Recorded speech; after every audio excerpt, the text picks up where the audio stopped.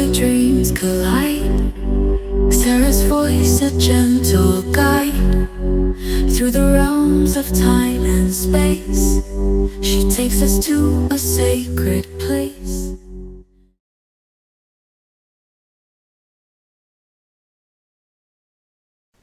I lost the cloud, and before the cloud was even completely stopped, I could tell that I was coming into sort of like a wharf area, like with ships, and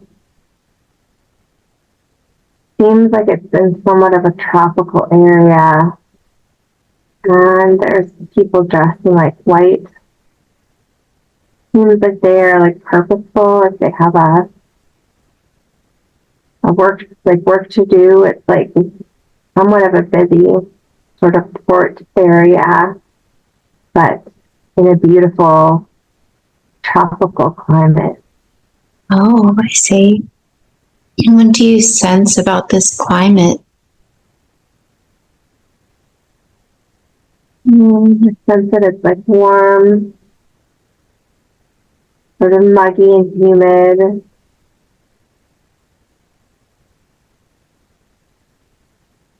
And yeah, just the things you would expect to see, like the sand and the ocean water, lots of vegetation. Does the vegetation seem very tall to you or short? Do you notice? There's both. There's definitely tall trees and then the shorter vegetation on the ground. And if you smell this place where you are, if you use your sense of smell, do you smell anything, or do you have a sense of what it smells like there? There's a mix of like salty water and then just sort of like a bit of like a human smell, like sort of a muggy human smell mixed with like this sharp, salty water. Mm-hmm. If you focus in on yourself there, do you sense whether or not you have feet there? Definitely, it's like, yeah, I can already sense it feels like a male energy inside of like leather boots that you would see on, I want to say like it's not a pirate, but like a sailor from back in the day with like leather brown boots that are tall and then pants and like a white shirt. Do you get a sense about your face at all? Yeah, sort of like a younger face. It's male and definitely clean shaven. I think I have blue eyes and a nice smile. I seem like a happy, kind person, and I have a hat on my head that I like to tip at people. You said you have a hat. Tell me more about that. It's like a leather hat that comes together at the front and flips up on the sides. And yeah, has a bit of a peak at the top. And I seem to like definitely like to nod at the ladies coming by and tip my hat at them. Oh, I see. And what do you sense about the ladies? What are they like there? Or what do you feel about their presence? I feel like they're working in the community, like they do a lot of stuff to help with the sailors, like packing crates and helping with like food preparation for voyages. And yeah, they're really pretty. They wear like full white cotton sort of tunic with like a rope around their waist and more like sandals on their feet. Uh-huh. See? And if you focus in on yourself, you said you felt young. Is there anything else and happy? Is there anything else you notice about yourself? Do you feel healthy or not? I feel healthy.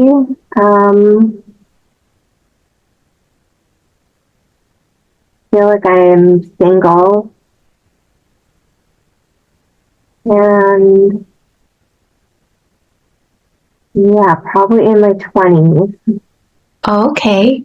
And do you get the feeling or sense that you live nearby? Let's go to wherever it is that you live there and be there now. So I have sort of like a cottage, very small, made out of like branches. I don't live there full time. It's just where I stop when we come back there. But I seem to primarily live on a ship. But there is, accommodations on this island for when we port there. So definitely very basic. Yeah, branch sort of made cabin with like a bed, and there's a bowl in there with one of those like vases in there. Well, not a vase, almost like a milk jug type thing. I don't remember what they're called, but where you can wash your face and hands. It does look like there's Black people on this island too that help more with the cleaning of these little sort of huts, I guess, that fill our water and whatnot. Oh, wow. And tell me more about what it looks like inside there. Inside it's small and the ground is just sand. You have everything that you need to be out of the elements, in the sense that you have a little, almost like cot that's up off the ground. And then, like I said, a basin for washing and a chamber cot sort of type thing. And then there's a small area sort of on the one side where you could do some very basic cooking. It's just really meant for almost like one person. Do you get a sense how you spend your time there when you're there? What kind of things do you do? Yeah, when we're there, it's a little bit of time off, like you're preparing for your next voyage. So the happy time, like you're reconnecting with the community, so spending time around fires, telling stories. There's definitely dancing that happens. And I find like it seems like maybe more of the original habitats to that island, like the Black people there are very happy and they have like a lot of stories, and I love spending time with their kids. I think their kids are just so fun. They're running around everywhere. Oh, wow. So is the community, could you tell me more about the community? Seems like a very simple community, but a really happy community. They live off the land. They fish in the ocean, and they're like a happy people. They definitely integrate well with the surroundings and Mother Earth and nature, and they have a connectedness with that for sure. It's wonderful.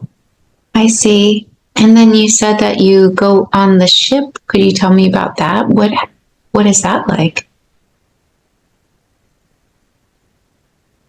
It's like two things. Like there's a bit of sort of sadness if you get on the ship because you're so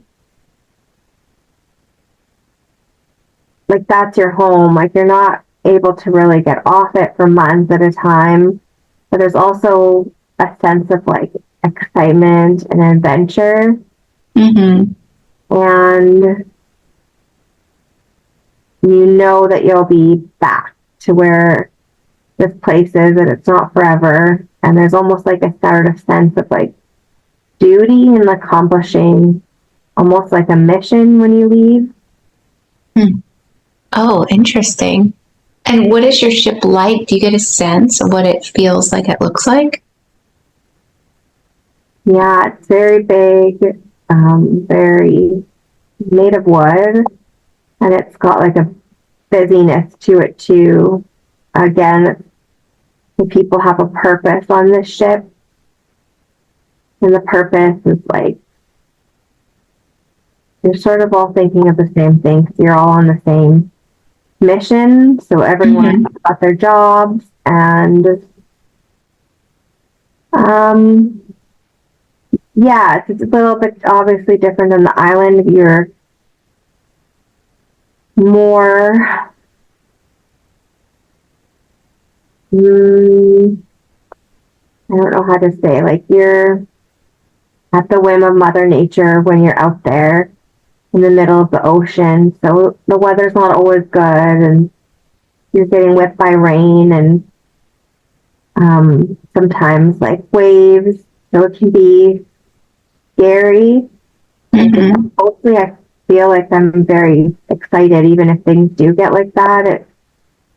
I think I sort of thrive on this sort of sense of like adventure, and I sort of take everything with a bit of excitement. Oh, wow. What is it like at night? What do you do? Night times on the ship are wonderful. They seem calmer for some reason. There are there are times when the ocean can still be volatile, but when it's not and the seas are calm and people have sort of done their jobs for the day, there's liveliness, like people are down below deck playing cards or above deck playing these kind of games with bottles. But I seem to like to sort of crawl up to a higher point on the ship and just look out at the stars and the sea. And I just really enjoy listening to the sounds of people having fun, but not always being engaged with it, but just hearing the energy and feeling the energy, but having time alone, looking out at the ocean. I love that. Oh, that's so wonderful. What do the stars look like, or what do you notice? They're so bright. It's so clear. Wow. There seems to be like a connection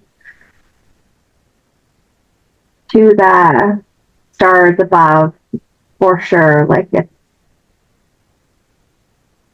like there's a connection to that, just to the stars and what I'm seeing in the sky. I just feel like a good energy from that. Oh, tell me more about that. It feels like a good energy. Yeah, it feels like I know that there's more out there and that I have an understanding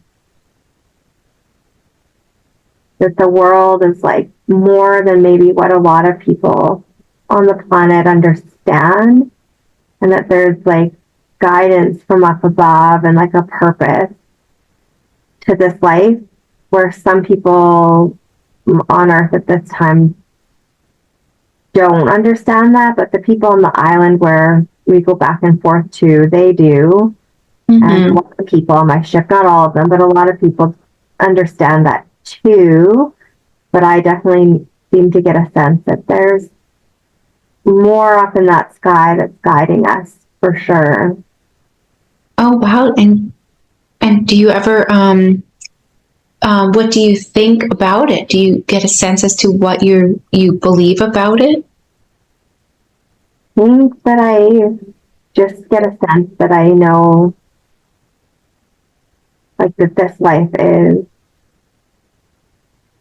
a part of something bigger, and I don't get mired down in a lot of like the daily things that other humans do. Like, I seem to be able to understand that there's a greater purpose for our life, and I just feel a real connectedness to the sky and the universe, I would say, as a whole. Do you get a sense why you feel you don't get mired down like other people that you notice do? Do you get a sense why?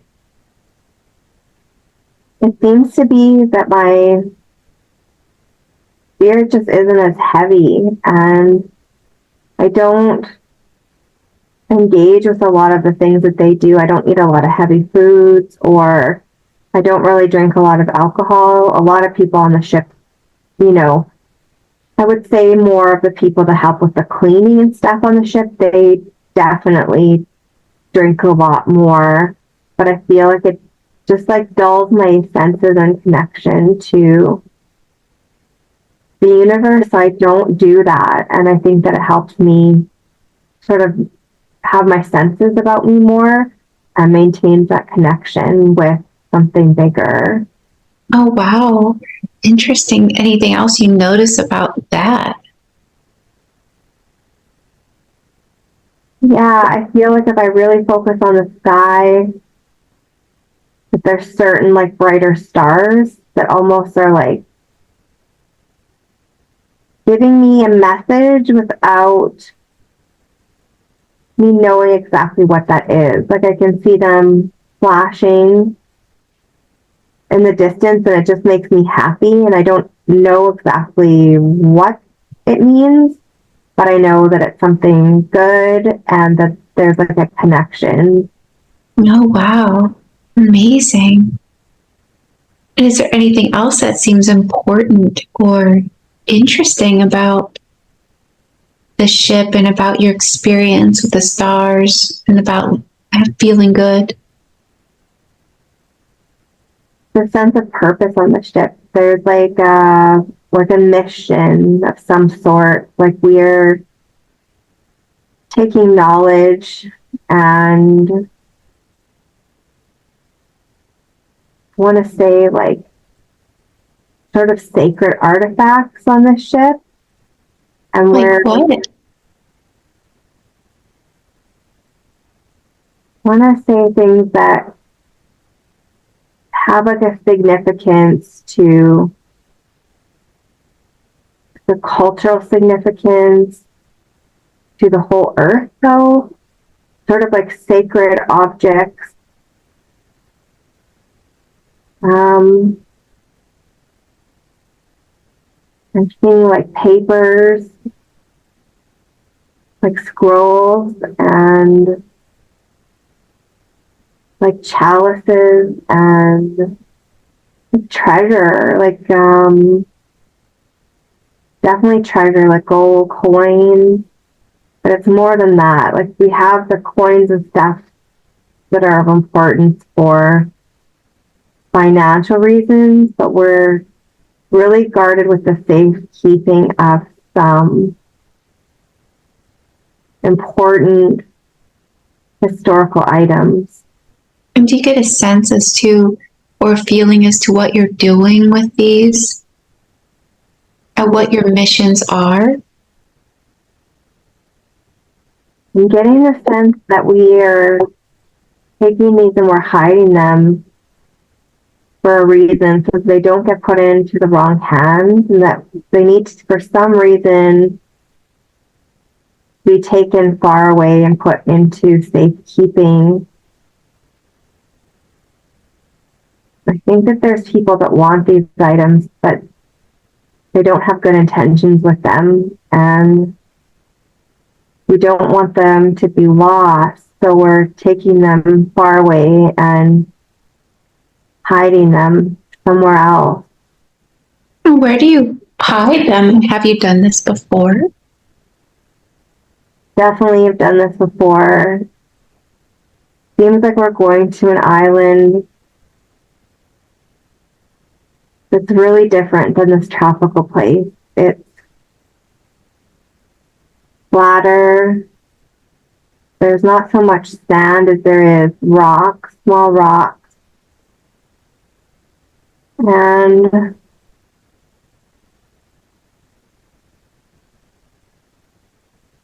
seems like we're building almost like an elaborate tunnel system there to hide these treasures. Oh, tell me more about that.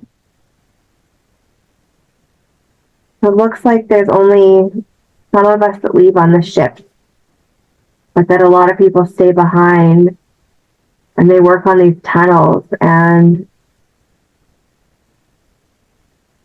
they're building these so that we can get this treasure hid underground. How do you build the tunnels? Do you get a sense or feeling as to what you guys use?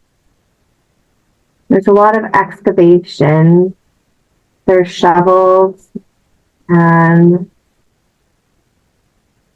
being like an interesting way of removing rock from inside the tunnel using pieces of wood sort of lined up in a way that the rocks, like even bigger rocks, can be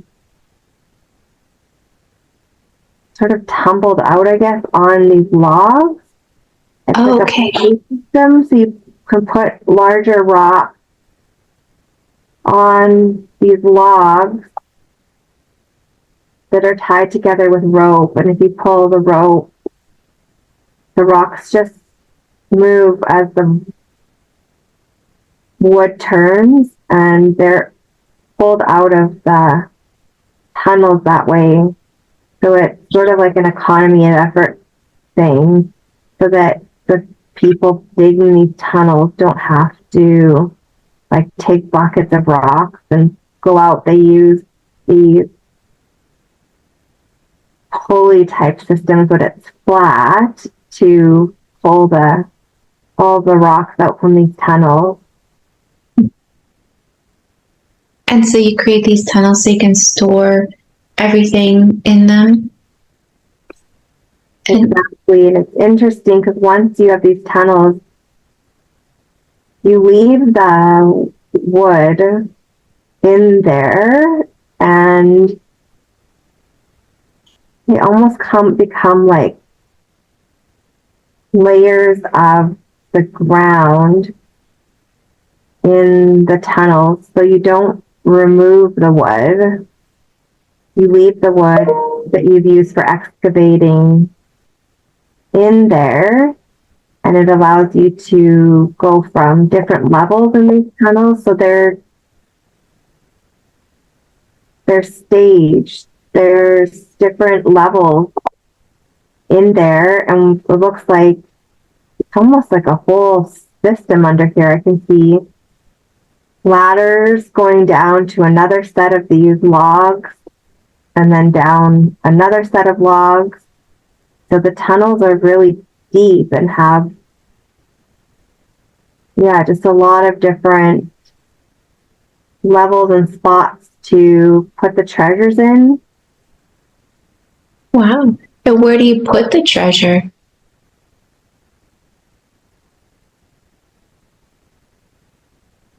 Seems like we make these really big chests underneath the earth,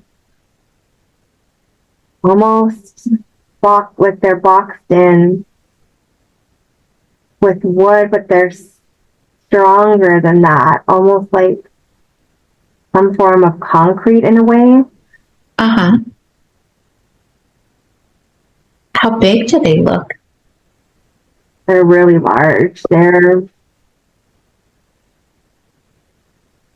I think of a buggy with like a cart and wagon from back in the day. Like they're like 4 times the size of like the width of that. They're very big. You can hold a lot of treasure in there. And we put, seems like the deepest one is where the really valuable treasure goes. Mm-hmm. Leave some not so important treasures in the upper levels of these caves. Just in case anyone's coming and they find them, that they might think that they found the treasure, but it's not. The real treasure is buried very deep inside these caves. What kind of, so it was all like artifacts that are important. If you look at the treasure, what do you notice about it? There's like leather-bound books. with really important writings inside. What kind of writings, do you get a sense? It's interesting because I don't know that I've opened the books and looked at them, but I know that it contains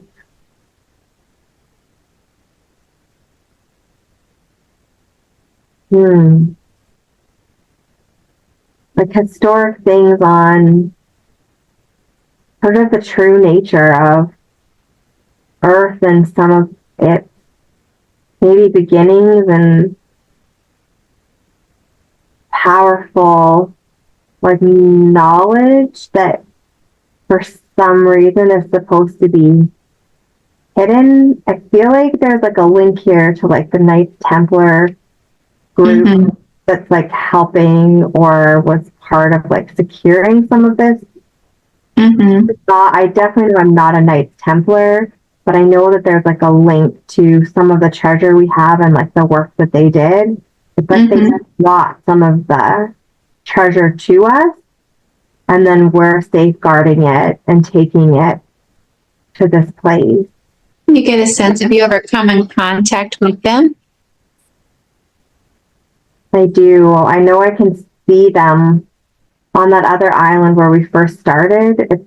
I can see that they come there, and I don't know if I'm just like making this up, but I see them on their horses and I get a whole sense of that. And they pass this treasure off to us and we take it over. But at some point they're going to come to this island too. But they haven't made that voyage yet because they're in the process of just like getting all this stuff. That's their work right now.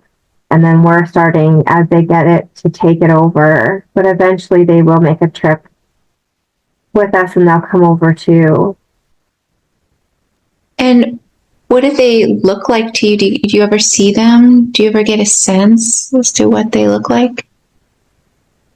You get like a sense of their energy and their presence. Like they're very like masculine, but with this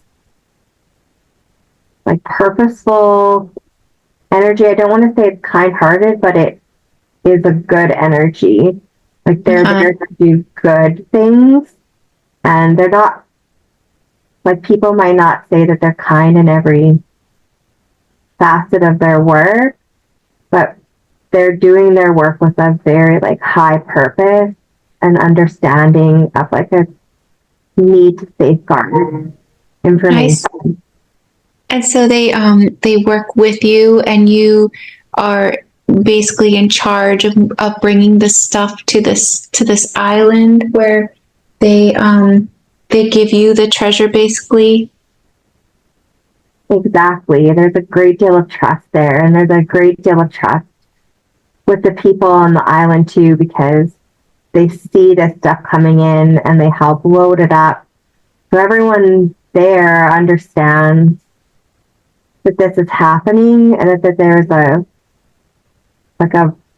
need for it, and that everyone seems to have a sort of sense of the information. Like we already sort of know a small parcel of it, and the idea of like working with Earth and connecting with universal energies.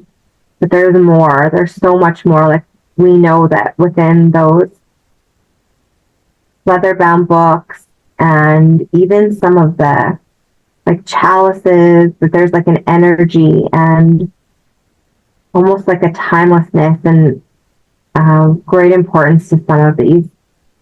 Do they ever go ahead? Yeah, we're just all there to protect them. And does anybody ever mention who wrote them or where this information and this treasure originated from? Like a long, long time before. I see. Like I'm thinking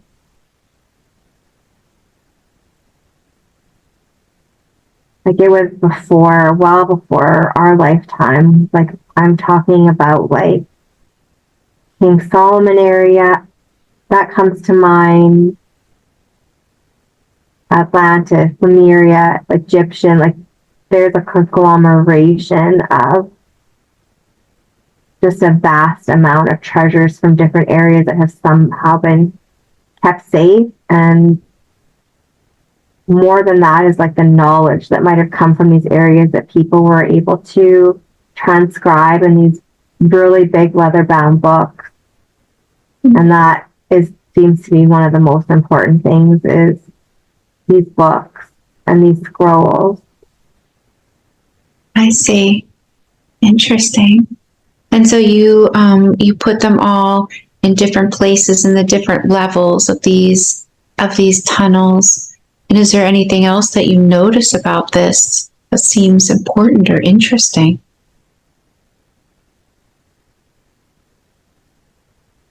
Seems like we know that they're supposed to be found in the future at some point.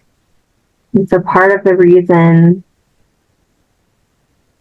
for setting these tunnels up the way we have is that it delays the finding of these artifacts, but it allows people to know that something's there. So people find a little bit at a time, and it keeps people interested in, I guess, the hunt for it, but it also serves to slowly build up, I guess, the consciousness of people to a level where when the main treasure is found, that they'll be more ready for it. So tunnels make it hard to get to that main treasure on purpose, because we know that there's a right time for this knowledge to come forward. So the tunnels are built in the sense that small pieces of it can be found first, sort of to build that excitement and circulate that type of energy among people, so they're more open to the idea that this type of stuff exists. And then we give more and more pieces of the treasure over time. And like I said, then when the real treasure is found, there's a greater amount of people in the world that are ready and open to receive that information. And do you get a sense as to why you guys needed to hide it? Who was going to take it?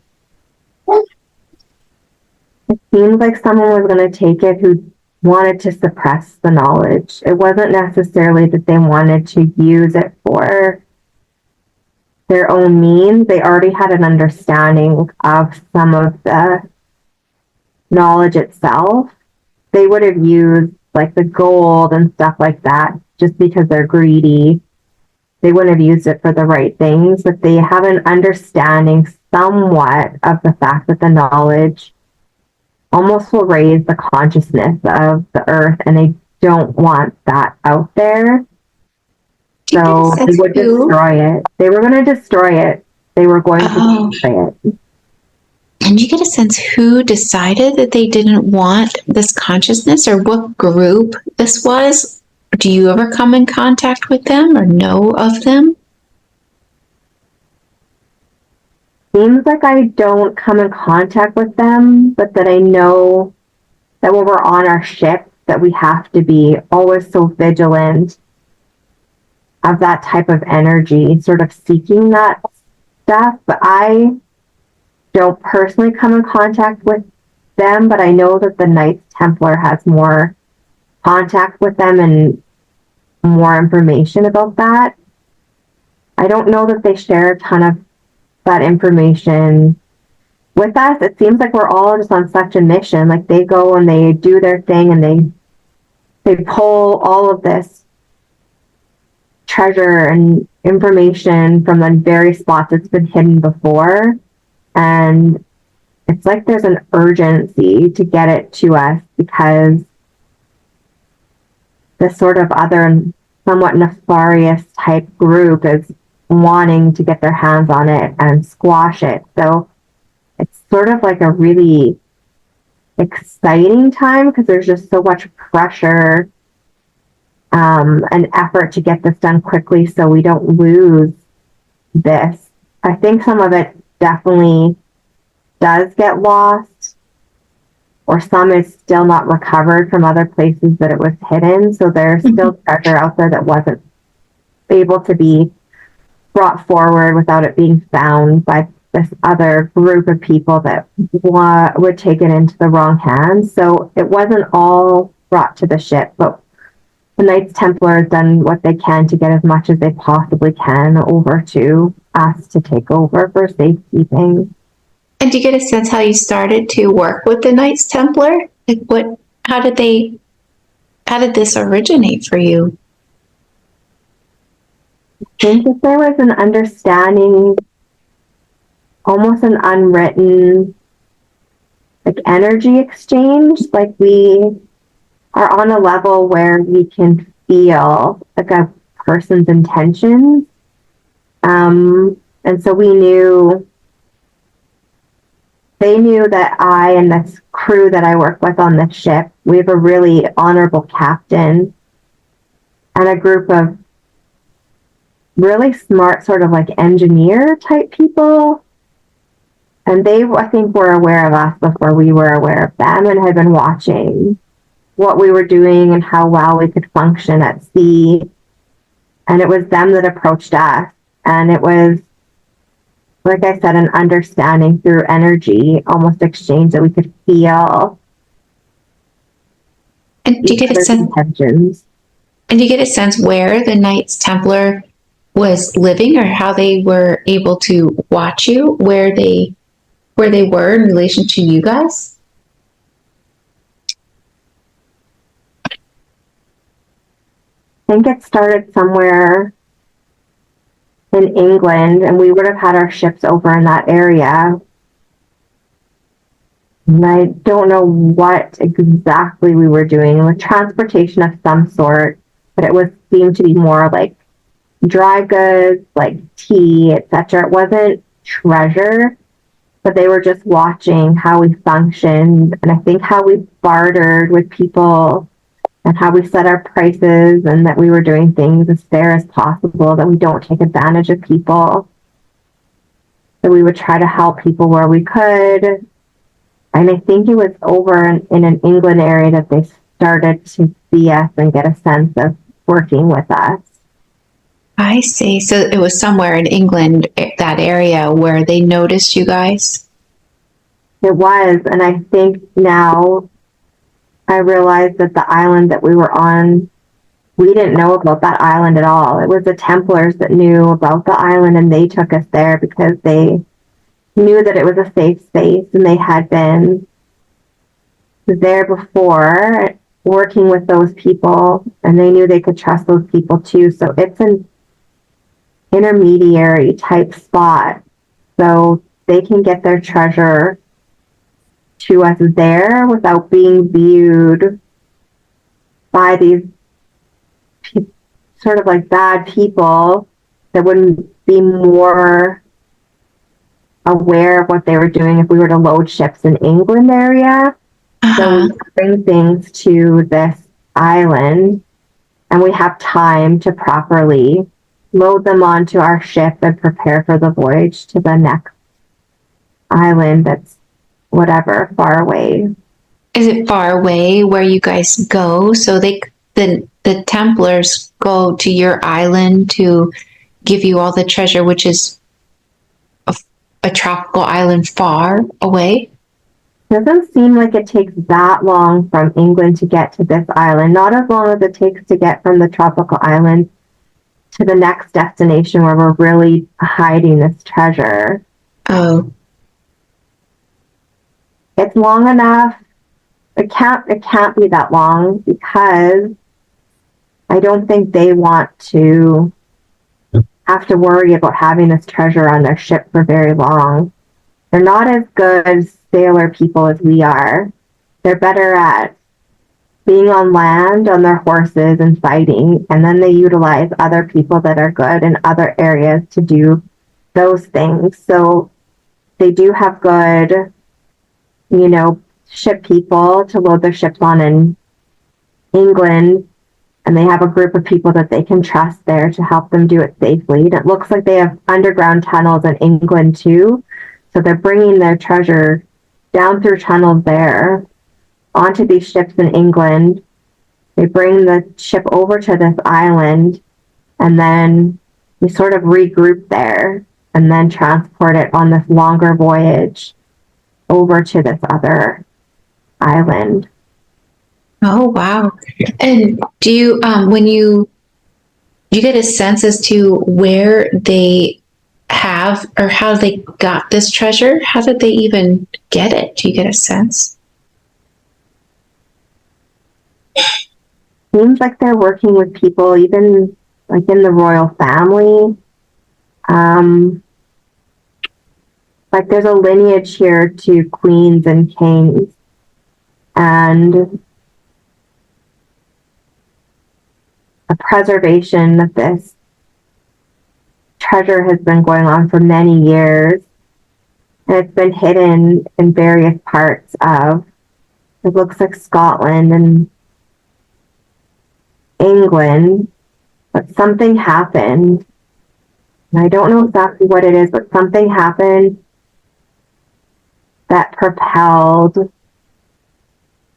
these two groups to decide that they had to pull as much of it as they could from these areas and remove it and take it over to this island far away. Oh, wow. So there's a lineage. So they work with the royal family, it looks like. It does. It looks like there's something to do with kings and queens and hundreds of years of accumulation and safeguarding of that treasure. And it's like the Templars protected those royal families too. So there's a really good amount of trust between them. And I think that it was more of a protective trust over the people initially versus the treasure. But now there's an understanding that the treasure, and I keep saying treasure, but it's not all gold. It's like a knowledge-based type thing and an energy and spiritual-based type thing. They have to collect all of these for safekeeping, and they know that it has to be somewhere farther away, sort of somewhere where no one would ever think to look for them. As far as these people that are like in the England, European area, they would never think to look to this island where these treasures are taken. Wow. And do you get a sense like which kings and queens? Do you have any sense like that? Who? There's a heavy influence of Scottishness here. Mm-hmm. Not as much England royalty as there is a Scottish connection. Interesting. Interesting. Is there anything else you notice about this that looks interesting or important?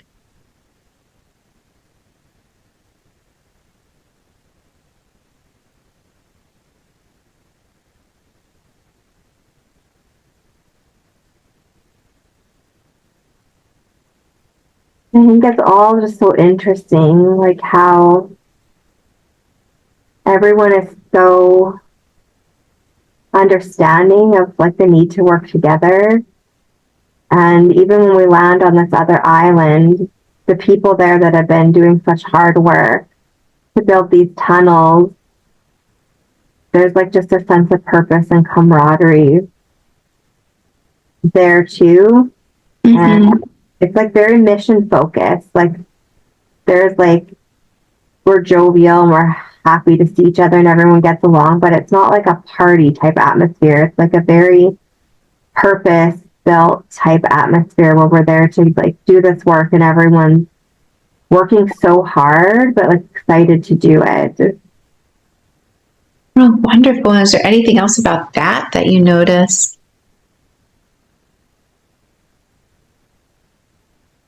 I think I'm just sort of in awe every time I come back to the island to see what the engineer type people have built, because it's a really intricate system of tunnels and it's going to be a really intricate way of hiding this all. Like we have to cover up all the excavations when we're done so that it looks natural and so that it's not really found for many, many years. So just sort of the thought and the scope of it, that is put into it and just the work, it sort of has me in awe. The tunnels are high enough that I can easily walk through them and then crawl down ladders to the next section, to the next section, to the next section. And it goes really deep into the earth. And it's interesting because it's very close to the water, to the ocean, but they found a way to keep the water from coming into the tunnels systems that they've built. So it's very, like, the engineering of this is pretty amazing. What does it look like in there, in these tunnel systems? There's like a lot of clay around the heading of, like, it's like almost like a capsule form, like something you'd take in a pill form, but on a grand scale. That's the shape of the tunnel little spots when you get in. It's like a big pill form, surrounded by clay and supported by wood. And then, like I say, then you can step onto the almost like plank flooring, but it's made of these wood logs. And then these wooden ladders can take you down to the next step.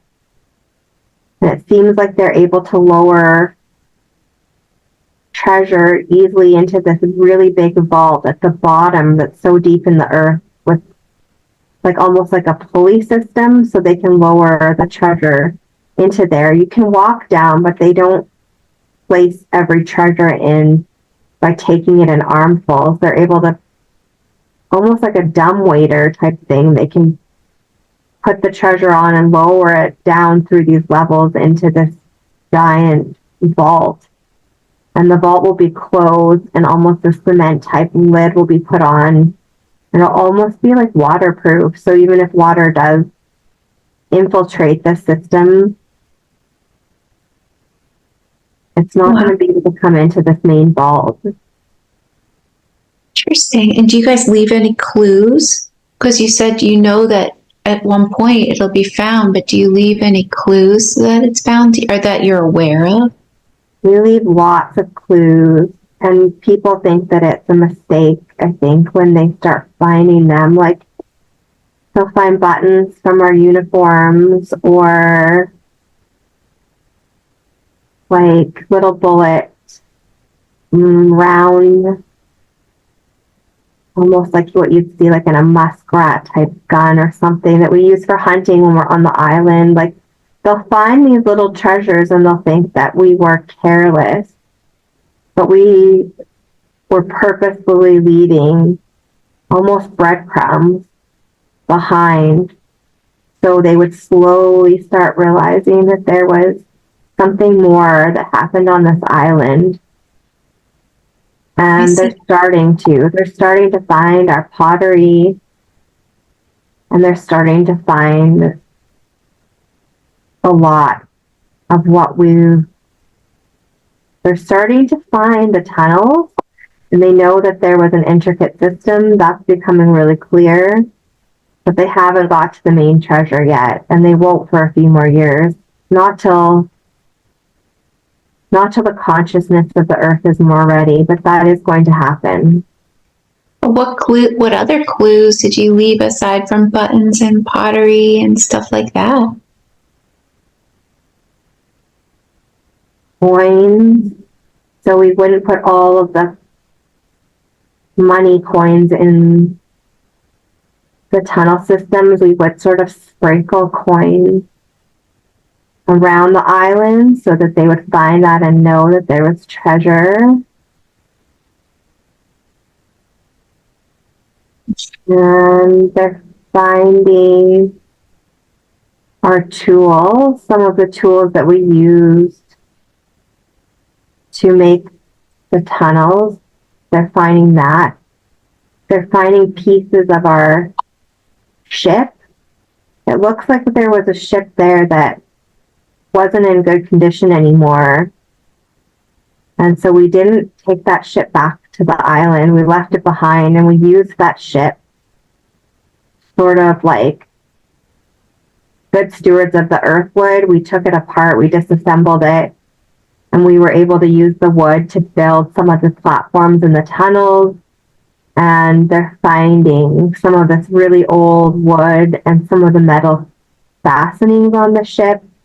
They're finding some like the buckles that we would use to house the treasure on the ship. So these big chests, they're finding some of the hardware from that.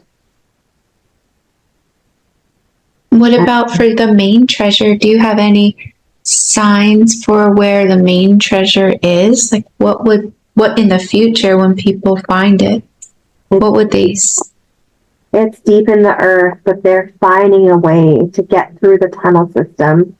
It's still a ways away, but they're working on it. And it's down there. And it's just sort of going to crack open what a few people already in the world know and sense. But it's going to be like a hard copy of information that some people have somehow energetically received or have like a knowing of, or their subconscious mind has, had this information, or like through the work that you do with past lives, people have had sense of this information. But when this treasure is found, it's like a hard copy evidence of this.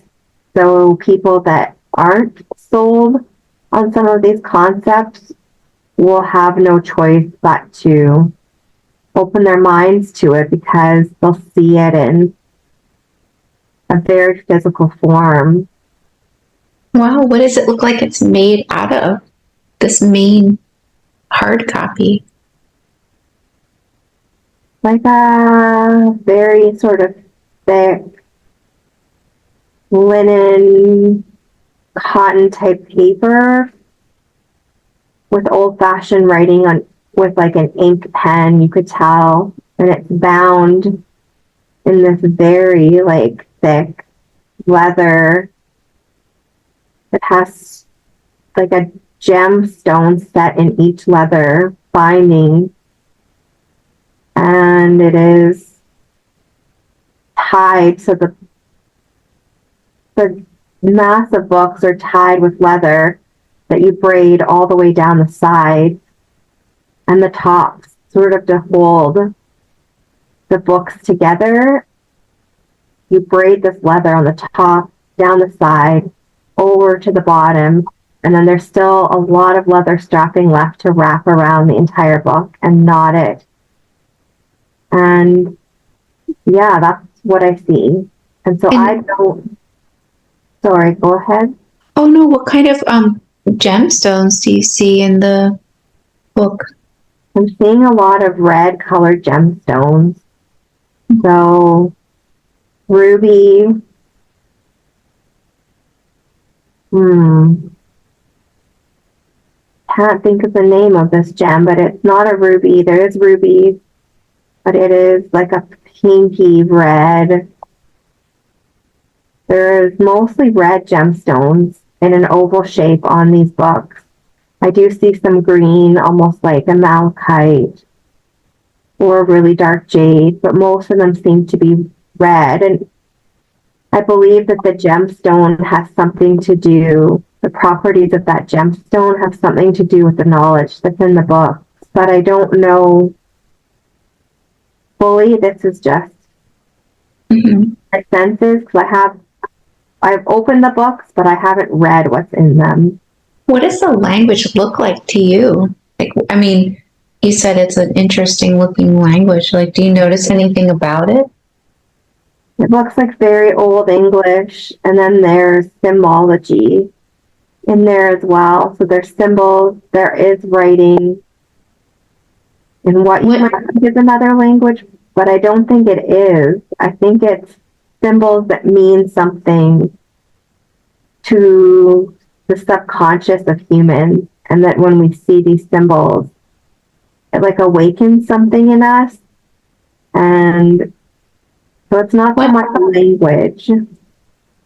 What symbols do you see, or how would you describe them? I see on some of the pages that the symbols can take up an entire page, almost like a crop circle. It has a similarity to what you would see in crop circles, and the symbology can take up an entire page, and that's what it reminds me of. And then in the book, there'll be drawings of, I see different things like pyramids. I see almost like landscape stuff with an indication of how to better connect with the earth. And then there's symbology under there, and I don't know what that means at all. And then there's pages and pages of written text that looks to be very old English. Oh, it looks like Old English. What makes you say that? The way that it's written and the words that are used, it's a very old dialect of English, but it will be very easily interpreted. It's not a language that's going to be unknown to us. It's already been transcribed from other languages that we wouldn't have easily understood into these books. There was a reason for that. So that when these books are found, again, these people that are uncertain or unbelieving of this shift of the earth and the history of the earth will clearly be able to have a better understanding of it based on the fact that this information is being presented in a language that a lot of the world understands. Oh, interesting. Wow. Interesting. Is there anything else that you notice about these books or about this language that you find interesting? I think I just find, again, just a sense of awe, because I know that it would have taken a great deal of work to transcribe this into English for this purpose, and that there was so much knowledge transfer from various parts of the earth that was scribed into these massive volumes. And they're so thick and they're so large, and the scope again is just incredible. It would have taken a lot of time and dedication, and you can just sense that whoever, and it was definitely a group of people that did it, were just so committed to the accuracy of the transcriptions and took a lot of pride in the work. It's very evident. And do you get a sense what the original language was? Or what that language was like? It's like a language that I don't understand, almost like a space age type language that very few people would have an understanding of. But somehow there was enough that was passed down through this group of people that they could understand it. But there would be very, very few people that could. And I'm just getting a sense that there's almost no one on earth left that could now. And they knew that that would happen. And so that they had to get this information put into a language that we would understand in our modern day. Wow. Wow. So how many books? Does it look like a lot of books, or just a few books are the main treasure? I'm seeing 10 books. That number sticking in my mind, that the number 10 is somehow important, that there's like the main 10 books. There's other information in the form of scrolls. There's like some loose leaf pages of other important information, but the specific transcribed information was put into 10 large volumes. Oh, I see. Wow.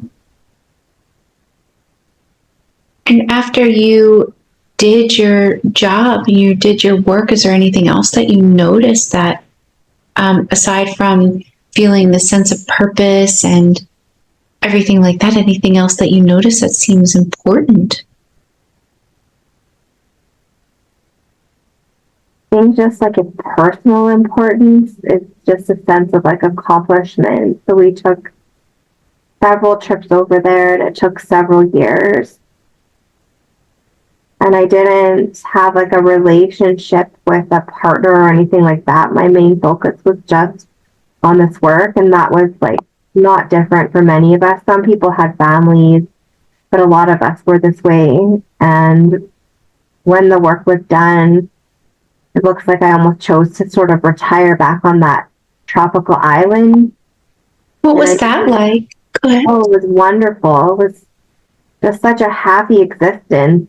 I seemed to, not a lot of the white people stayed, but I did, and they always seemed to give me a hard time about the color of my skin, because not a lot of us did, so there's still, the black people are there, and I just love being around them, and their culture is just so beautiful, and I just love interacting with their kids. Their kids are just such a joy, and just a happy, very peaceful life. And I feel like it's sort of an easy ride after that work was done, because that was what my purpose in that lifetime was to safeguard or help be part of safeguarding that information. And once that was done, I just was able to live my life out and know that I accomplished what I was supposed to and sort of have a peaceful rest of my existence. And do you get a sense how far that other island was from your tropical island? How many days and nights did you guys have like a set time it usually took you?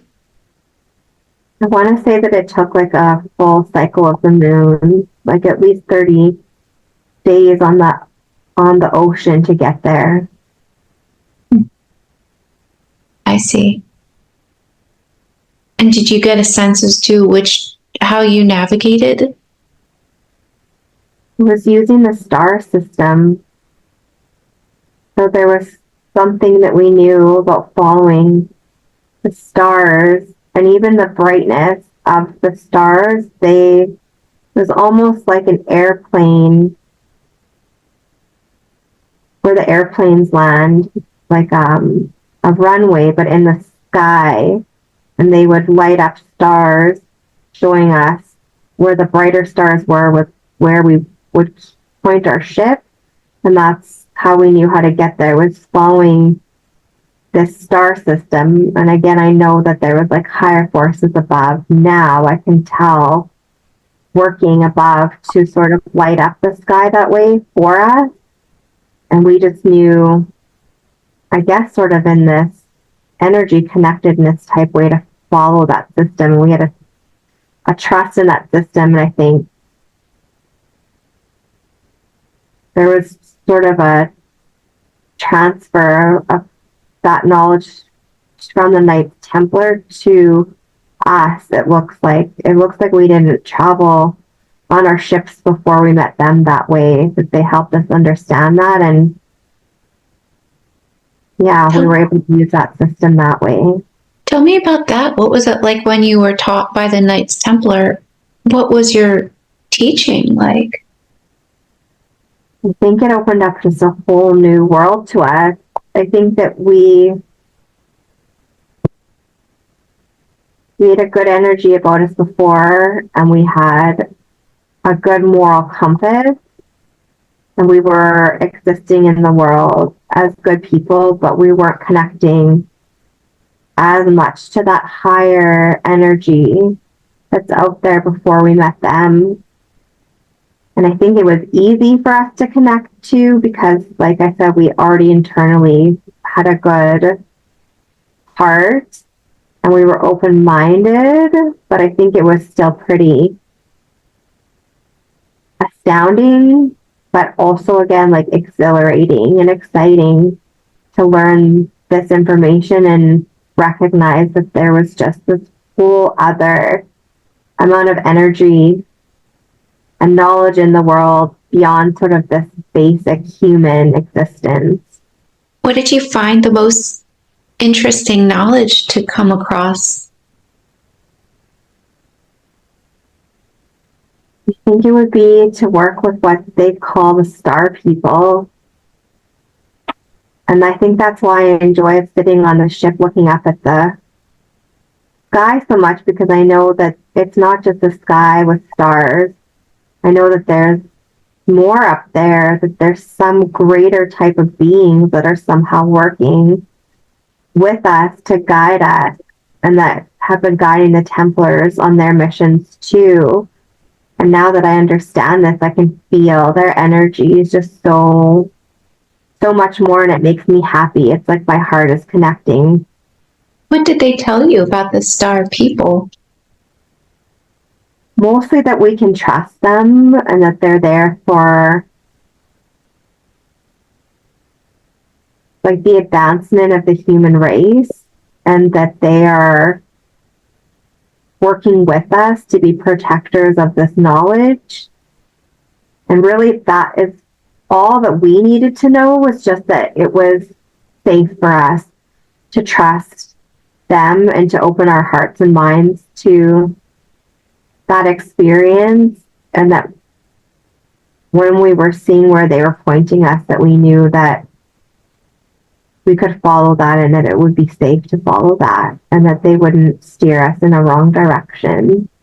Did the Knights Templar ever tell you why the star people wanted to help?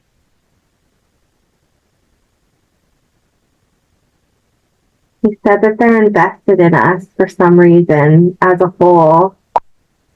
I don't think I have a really good understanding of that from my perspective, but the Knights Templar, they know more than I do, but they are invested in us and want to support us as a human race, and they have been for a really, really, really, really long time. Did they tell you anything else about the star people that seemed important or interesting to you? I think I asked them at one time if they've ever seen them, and they said that they've never seen them, but from, again, the knowledge that they've accumulated, that they had been seen in the past, that there was a time when they felt more safe to come down to Earth and integrate with us, and that a lot of the knowledge that we're safekeeping, they played a part in teaching humans about that knowledge at one time. But for some reason, it wasn't really safe for them to be here on Earth in the way that they were in the past. And for a long, long time now, they've been directing more of their intelligence to us through an energy transfer of like telepathy, where they stay more safely up in the stars. But they can come down, but they do so in like a disguised form. So they can come almost looking like a human form, but they don't need to, it sounds like, very often, because they're able to complete a lot of what they need to just through telepathy. How do they do that? What do you sense? There's people in the Templar group and the societies that are tied closely to them that are very open to these energies. They've evolved spiritually in a way that they can connect easily with these star people. And so not everyone in the Knights Templar is able to do this, but there is a certain amount of people that can. And they are able to relay this information to the rest of the group and help direct them as far as like when they should collect this treasure. They know where it is through like passing of stories throughout generations, so that wasn't as much of a concern. They knew mostly where to find it, but the star people helped them determine when to go and collect it, so when it would be safest to do that so that they're not found by these sort of nefarious groups that don't want them to do this work. So the Knights Templar would communicate directly with them, but just wouldn't see them? Exactly. Did they tell you ever how they went about this communication? Sounds to me like there's some really, really wise, advanced people within their group. And they seem to go to a special place. It looks like in England, almost like surrounded by like rock. I want to say a cave, but it has an opening at the top. And it's shaped in a way that for some reason it helps with the energy and focus. So they focus in together using their energy and the power of their minds to connect in with this group of star people. And so the reason that there's a hole or opening in the top of this cave is that the energy sort of like resounds out from them in a circular form and travels upwards and then out through the top in a more concentrated form. And then there's an exchange somehow that can easily occur. That way, the star people direct their flow of thought down through the top of this cave.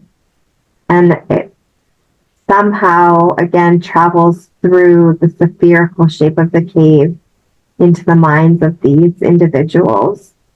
Does it look like a cave, or where does it look like this is? And if you look at a map, it looks like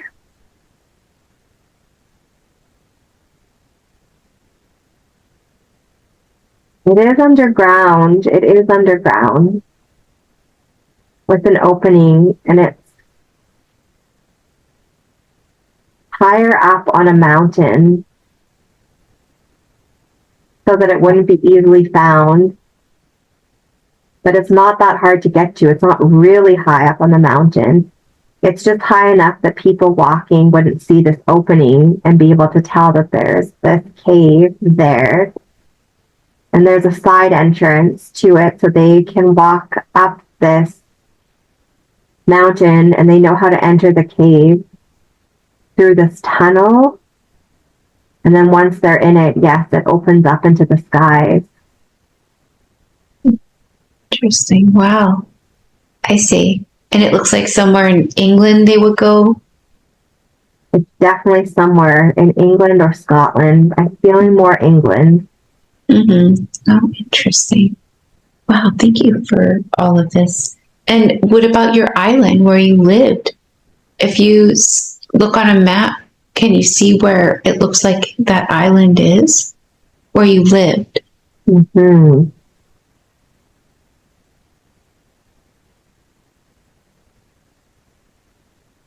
Something about Spain keeps coming to my mind. Something to do with a closeness to that area. Something tropical that would be in that part of the world. And where does it look like this island where you hid all the information is? If you look at a map of the globe.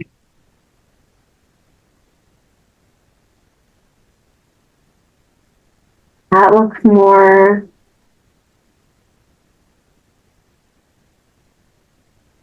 I think there's more of a connection to the Atlantic provinces in Canada.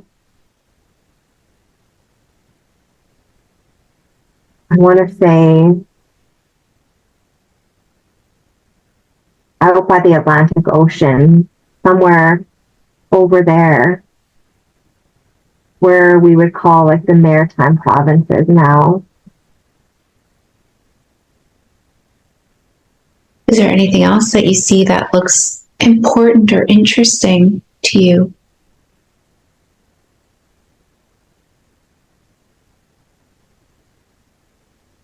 I think that looking down from the map, that the islands were different than the way they look now, that they were more connected back then, and there's been a shift in the topography. So some of this treasure seems to be spread out through various islands now, but when we were there, it was all one. But it looks like there's been a change in the water coverage, and so that it made a bunch of small islands. But when we were taking our treasure over there, it was just one landmass at that time. Oh, I see. Interesting. Does it look like it's underwater or above water now? It looks like some of it is underwater, but they're small. It looks like some of it is underwater, but they're small, tiny little islands that are popped up. Or that's what it looks like, but it's actually, in fact, all joined together. It's all one island, but some of it has just been covered with water. But I think that you'll find somehow that it's connected, or at least start joining the dots of these small islands to find the treasure as they go along. Interesting. And how did you leave that life in that lifetime?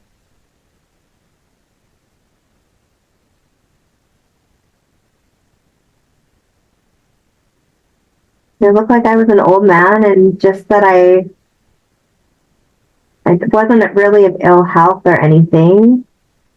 It was just sort of like it was my time to go, and I was happy, had had a good life, accomplished what I wanted or needed to do, and it looks like I just passed away on like the beach one day. And what did you? Go ahead.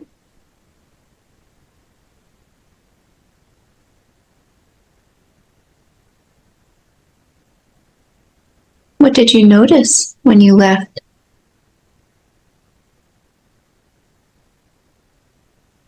I noticed that the people are putting my body into the ocean, into the sea. And I think that they knew that that's what I would have wanted, that somehow I was just so connected to the water from all of my travels on it. And I see that they're, laying my body to rest in the water.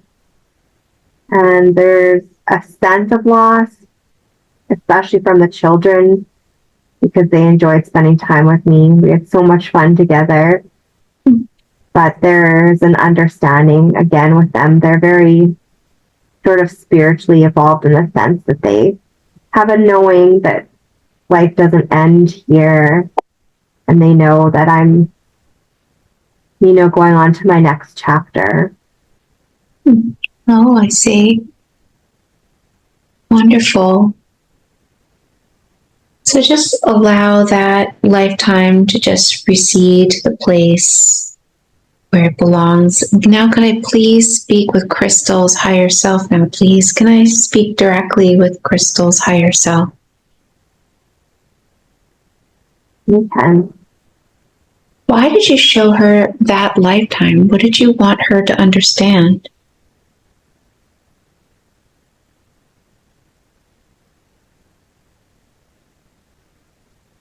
She's been connected to this energy, even if she didn't know all of the knowledge.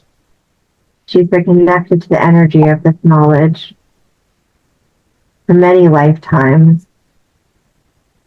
And that energy is part of her even today. So what do you want her to do now that she knows this? Feel it more acutely. For some reason, she's very scared. She lives in fear much too often. There's no reason for that. She's scared for some reason to open herself to this energy, to the knowledge and the power that it has. She shouldn't be scared. It's not a power to be afraid of.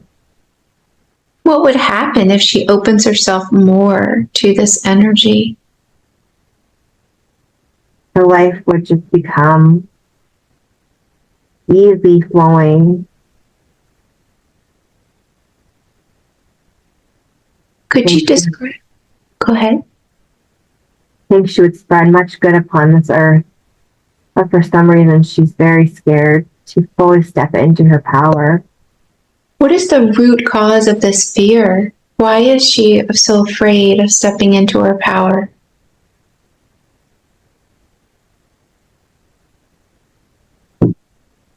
We see that there was something to do in her childhood where she felt like her light was diminished. And that when she tried to open herself into this type of energy reform, that those around her didn't allow that to happen.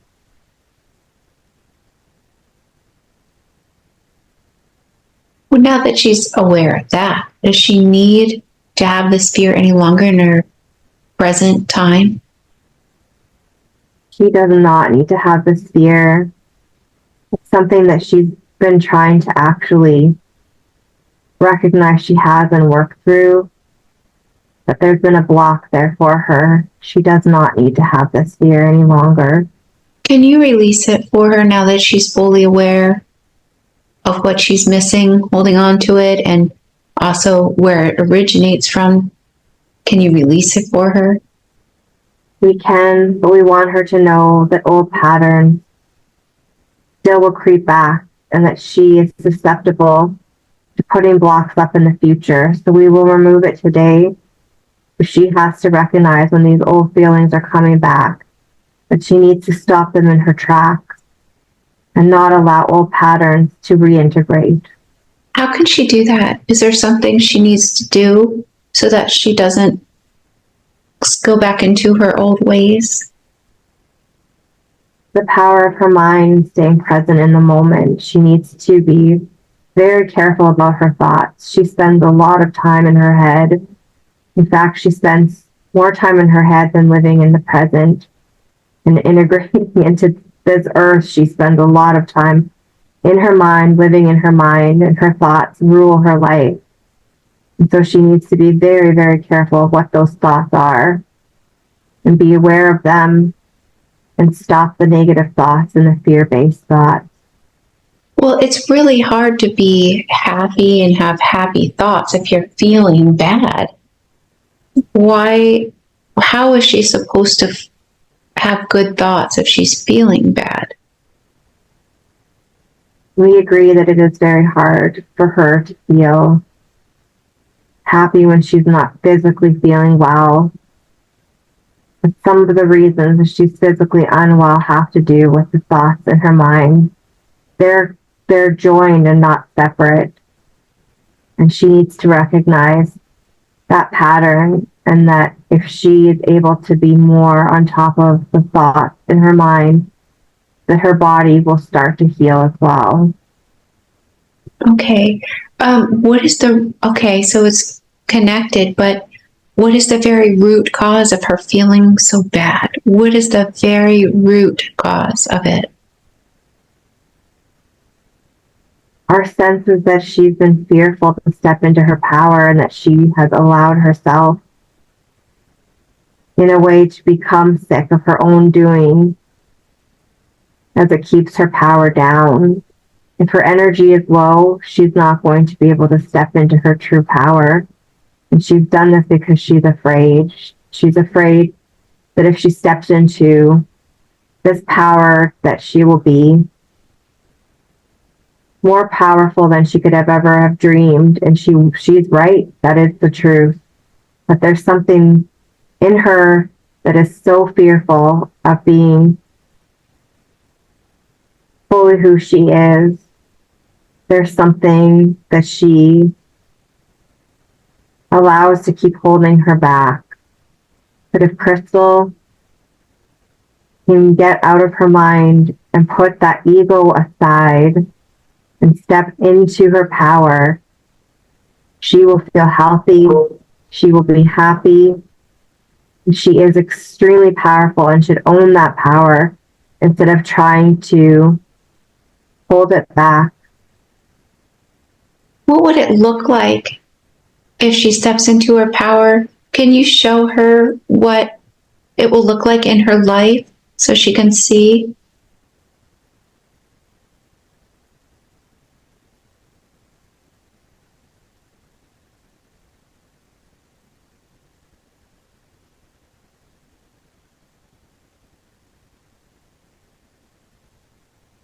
We are showing her we have to clear away cloudy fog that's in her brain to show her, but we're trying to show her a picture of vibrancy and health, and show her that she steps into this goddess power that she's had in other lifetimes.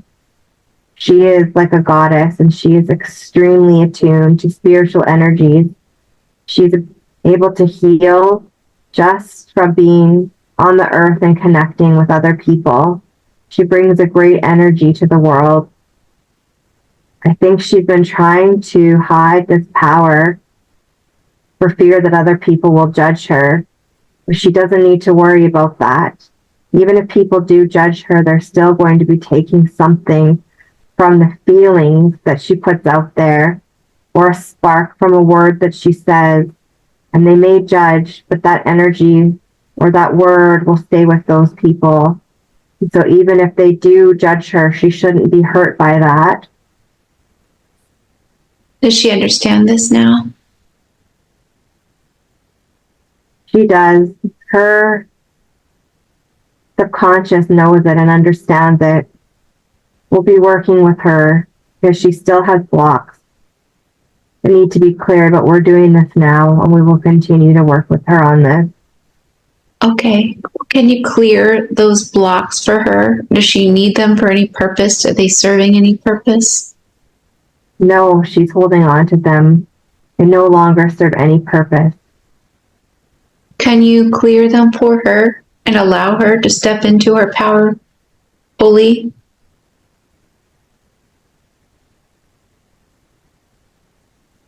Yes, it looks like we're able to do this. Oh, good. Okay. Is she feeling or sensing anything as you allow her to step into her power? Does her body feel anything at all? A lightness. There's always constriction in her chest. It goes from her throat, down her throat, into her chest, around her heart, and just above her stomach. There's always a tightness there, like she's holding this power of hers in, and we're clearing that so that it's able to pour out of her more freely. Okay, wonderful. Why did she have the ovarian failure? What was that all about?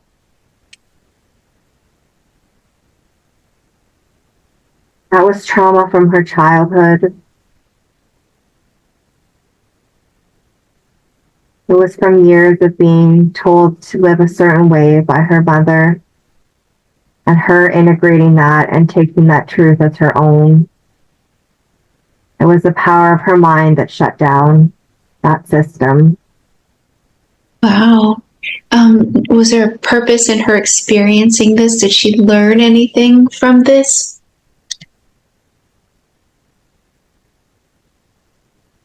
She's learned what it feels to have a chronic illness. And in this world right now, there are so many people suffering with chronic illness. And if she didn't go through this, she wouldn't be able to empathize with them. But now she'll be able to understand what they're going through and empathize more. And she'll be able to send that understanding energy towards them and help them heal. Wow. I see. And what exactly do you want her to have this experience for?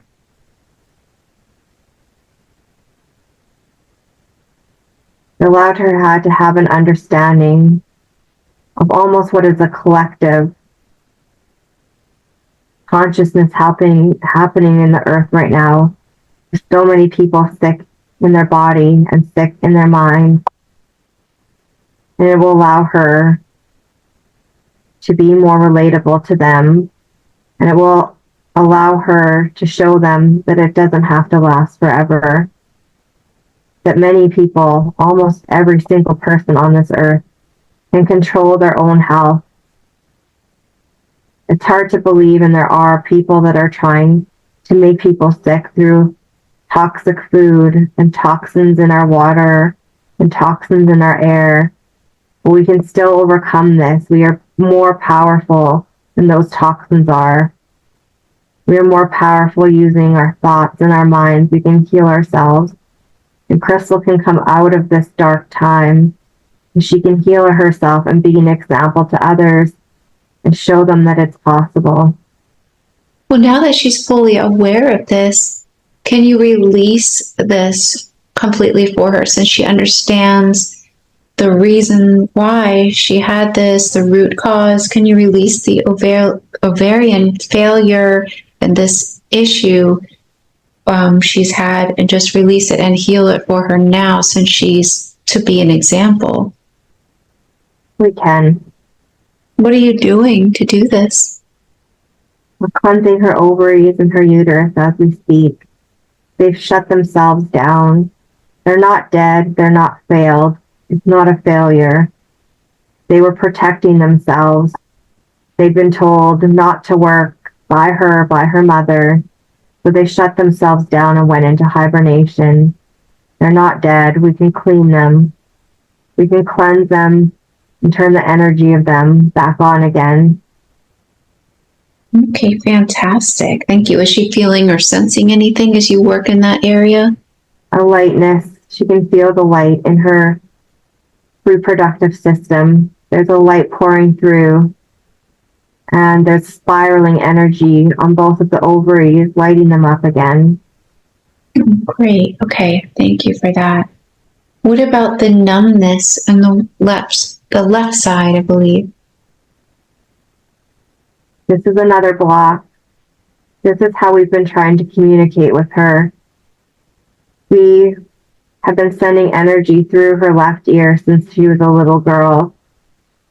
She can feel and hear a sound coming from us into her left ear, and she wasn't aware of what that was. I think it scared her when she was younger. And we tried not to scare her, but she lived in fear for so much of her life. And she ended up blocking this energy, and that ended up causing this numbness and tingling, because the block shouldn't be there. It was like a battle of us trying to send energy and her blocking our energy.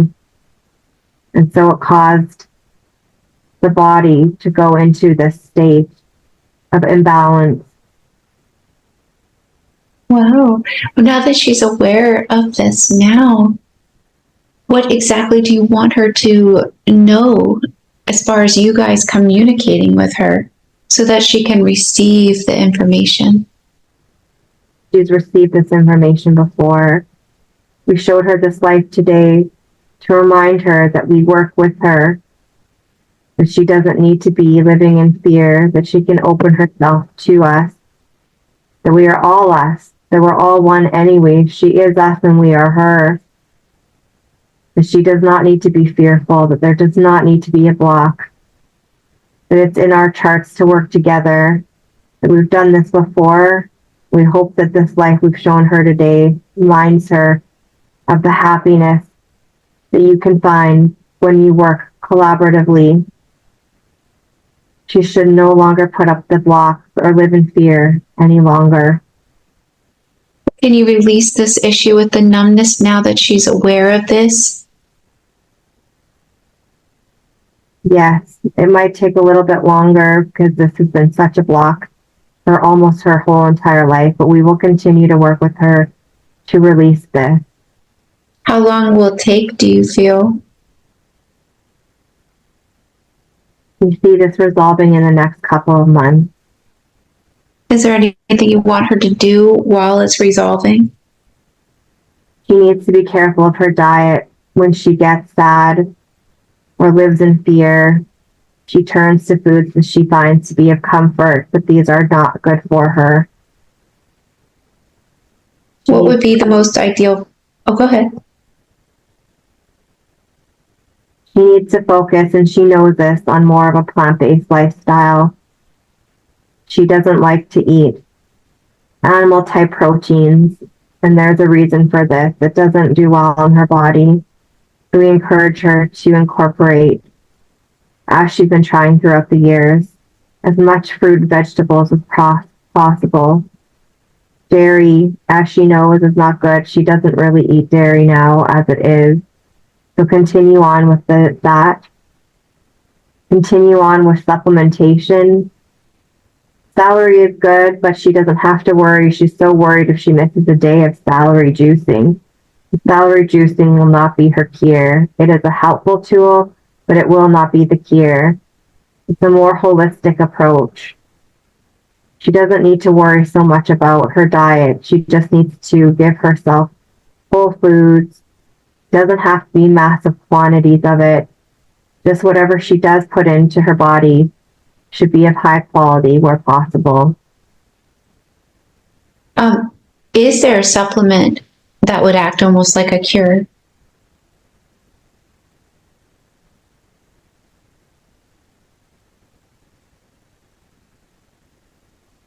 We're hearing that probiotics, stuff that is good for her gut flora, will be extremely beneficial.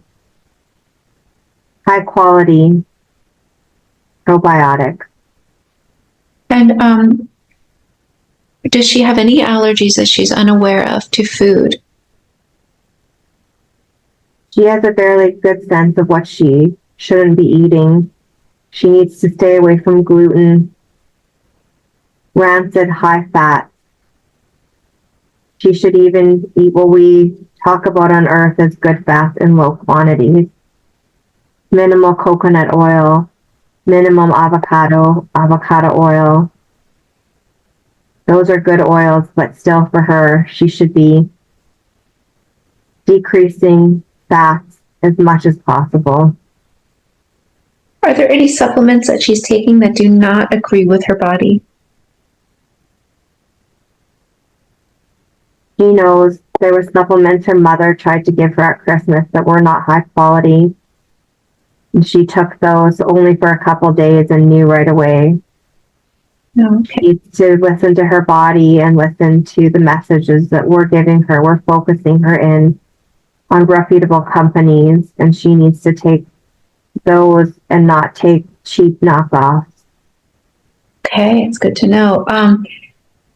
If you are releasing this issue with the numbness, do you want her to stay on her antidepressants?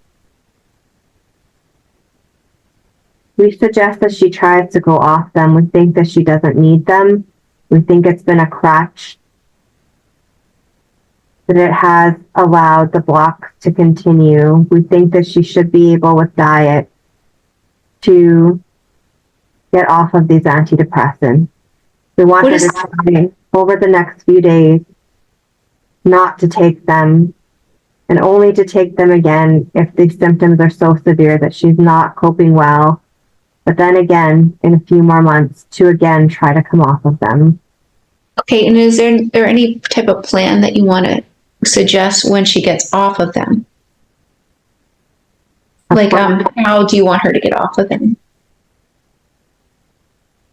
Doctors would say to slowly decrease your dose, but we don't think that this will be necessary for her. Oh, okay. As long as she's able to focus on her energy, not living in fear, and eating well and staying hydrated, that all of these things combined should allow her to come off of these with not a problem. Okay, great. What about her depression in general? If you said that a lot of her issues are from not stepping into her power, what is the root cause of the depression? It is the same as what you just said. Can you release this now that she's aware and stepping into her power? Can you release the depression for her? Yes, absolutely. That is done. She will just have to continue to make sure going forward that she doesn't allow old patterns and beliefs to creep in. And if they do, to control them and put them back where they belong, which is not as a part of her life moving forward. Okay. Thank you for that. What about her energy? She said she was experiencing such low energy. What is the very root cause of this? Again, it's because she's not been stepping into her power, and her soul is not feeling fulfilled. Her soul was feeling shrunk almost in this body because she was limiting it from doing what it is meant to do.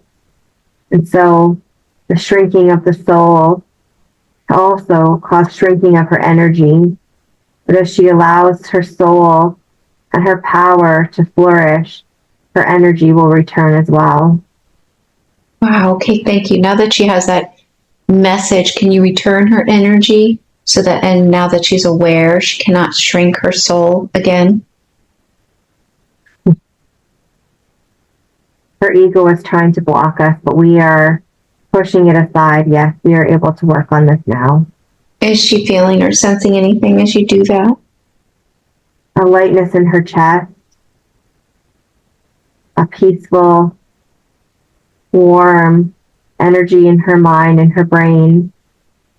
We're repairing some connections in her brain that have been damaged. That should help with the depression as well. Oh, thank you. Tell me more about her brain. You said there's some damage. Why? It's trauma from not believing in herself and for putting these blocks up through all these years, for living in so much fear. It's caused the brain to misfire and not function as it should. But we're repairing these connections now. This will start to heal those synapses in her brain. It will also heal the depression and will also aid in the return of her energy. Okay, thank you so much for that. Okay. Let's see. What about her throat? She said she felt like as if there was an issue with her throat, feeling congested. What is the very root cause of that? Because she's not speaking her truth. She knows her power deep down, but again, she's hiding it. She tries to suppress it. She feels like that is a safer way to be, when really she just needs to step into that. And if other people cannot align with that energy, it is not her worry. And so she's not always been willing to speak her truth or live in her truth, and has affected the chakra in her throat. But we are scrubbing and clearing that area now. Thank you. Okay, great. Thank you. Okay, let's see. All right. Switching gears to, should they sell their house this spring and make a move to the country? She would be happier in nature. Absolutely. If they can do that, if they can press forward with that, they would find a lot of joy being closer to nature. Is this relationship beneficial to her?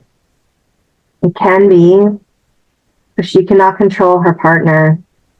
So only if he can bring his energy up to match the energy that she's going to be moving forward with, will this relationship be beneficial. What do you suggest for her? What should she do or what kind of advice do you have to give her about this relationship?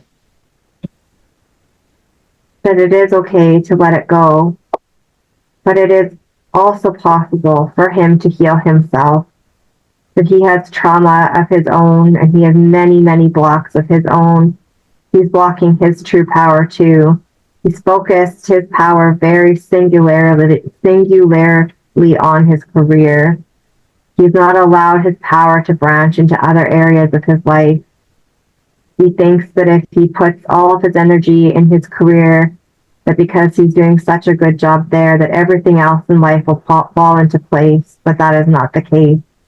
You need to water all areas of your life to allow those flowers to bloom equally. If you only put water into one area of your life, those other areas that you are not tending to start to wilt. And this has happened in the marriage. This has happened in his confidence issues in other areas of his life. He has traumas of his own that he needs to work with. We would encourage having him set up a session like this with you to help him work through his own issues. Okay. All right. So how long do you want her to wait, or when will she know if he's not moving with her?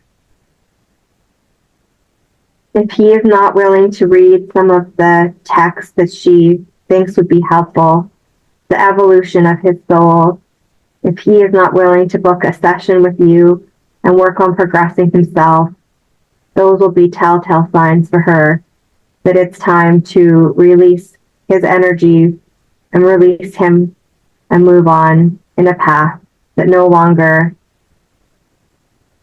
would be of one in marriage with this man. Okay. All right. That's good to know. Okay. If he does choose to book a session with me, and if he does choose to work on himself, and then what do you suggest as far as like the future of their relationship? Like advice for it? So sad what they've been going through over these past several years, because both of them have so much potential and they both want such similar things, but they both have so many blocks. And if he can release those blocks, they are a power couple beyond what their wildest imaginations can even contemplate. What they can do together and what they can build upon with their energies united is absolutely astounding. That's amazing. Thank you for that. What kind of job do you want her to have?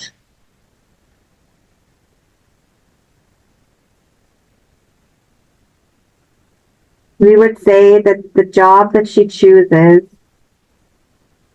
she's been choosing lately for financial reasons, that she needs to tap more into the spiritual realm, and it's okay for her to keep her old job in order to continue to provide her with the financial supports that she currently has in her life, but that as she steps into her power, she will eventually be able to support herself financially. That way, we see her writing a book. We've seen her writing books for many years and have tried to give her many, many, many pieces of information, themes, etc. to use. But she starts and stops. And again, this has to do with her blocks and her fear base. But as these clear, she'll be able to hear us more clearly and fulfill these.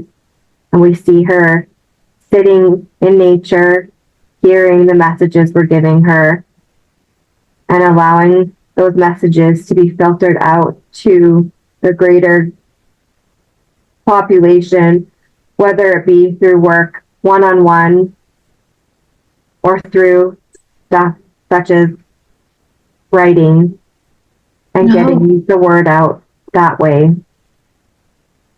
Wow, okay, great. Okay. So, because she was curious about QHHT, is this something you want her to do?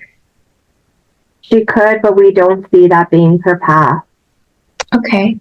And as far as, so you are going to help her so she can hear you more, and you suggest she writes a book, but for right now you want her to stay in this current job.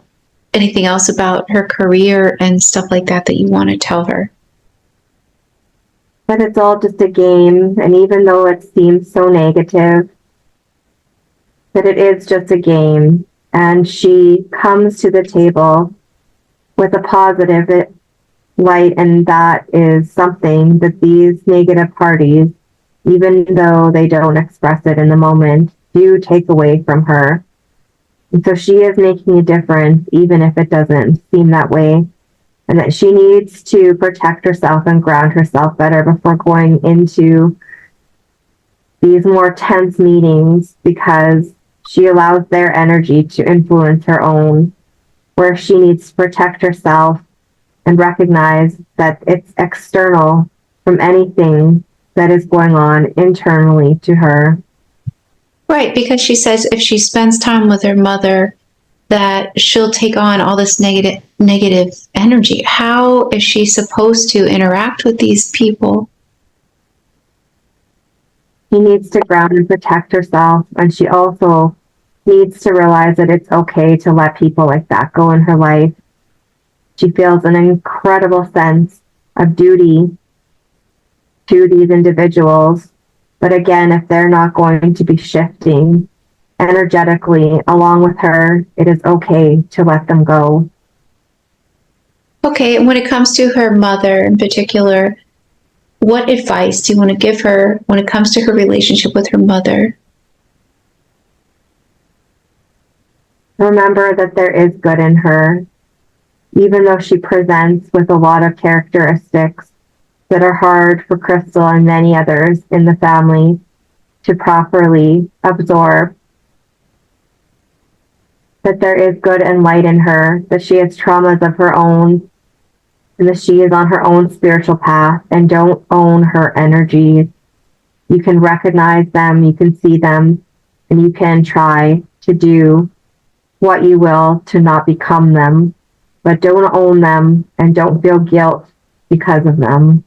Oh, okay, that's really helpful advice. What is the reason why she has a mother like that? Why that mother? Her mother is the shadow self, so many of us. She displays traits that so many of us harbor in the shadows, and she shows us parts of ourselves that we sometimes don't want to recognize as being there. But it's okay to recognize that we all have these parts to ourselves, to realize that her mom, unfortunately, is living in that part of herself more than the other parts. But just to recognize that that energy is there in all of us, but we can overcome it. Okay, well, now that she's aware of this, will this help her in any way? It will. She won't feel as guilty, and she also won't feel as anxious. She will be more understanding and able to see through that negativity to the point inside her mom of love. Okay, wow, thank you. She's been told many times that she is supposed to have a child. What do you want to tell her about this? That is absolutely possible, but she should not be having a child with her husband the way that their relationship currently stands. If they can unite their energies to be more into a positive sphere, if he can also work to release his traumas and they can be more loving, then absolutely they will and should have a child. But if they continue to not energetically evolve and to hold a negative, heavy energy, that's not conducive to having a child. Okay, thank you for that. How does her body look now? It looks so much lighter and healthier. Okay, good. Is there any more healing that you could give her right now? We will continue to work on this. The numbness on her left side is going to take a little bit longer, but we will continue to work with her on that. What happened with her sister? Why did her sister stop talking to her?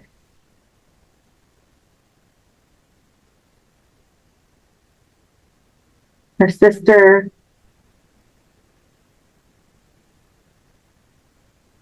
takes things almost like a reflection of Crystal.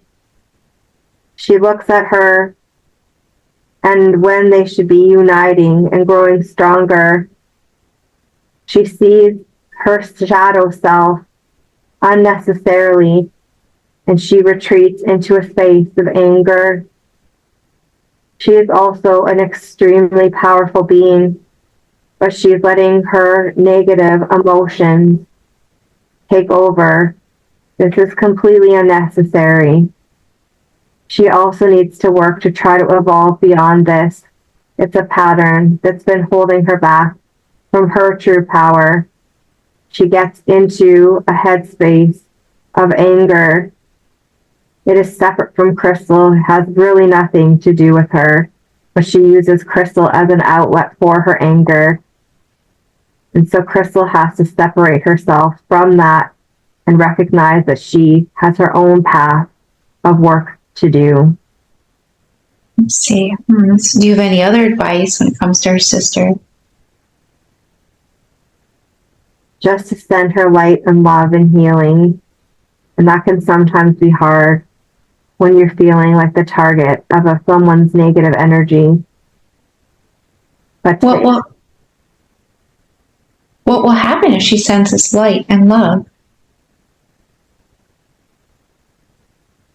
her higher self, her sister's higher self, will receive it.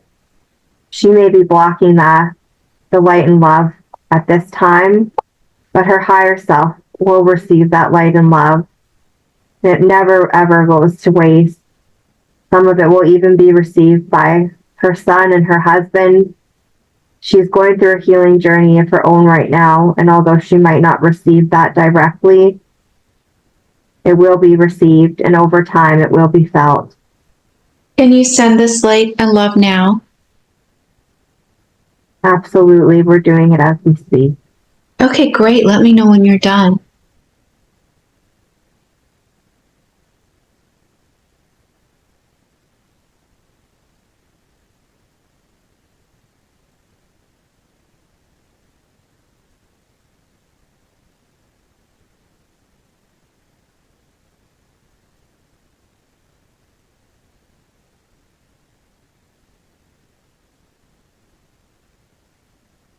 It is done. Okay, great. Is there anything else that you want to tell her about anything else at all that I didn't ask? We just want to remind her again of how loved she is, that she is loved. She doesn't feel that very often. She's been in a relationship where love has been withheld from her and not expressed. And that is not okay. And going forward, we hope that these two will be able to find a better energetic relationship that is conducive to them both flourishing.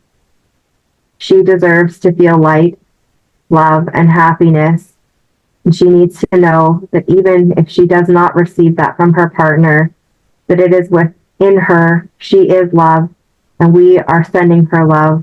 She is part of the greater universal energy of love, and she needs to remember that connection at all times.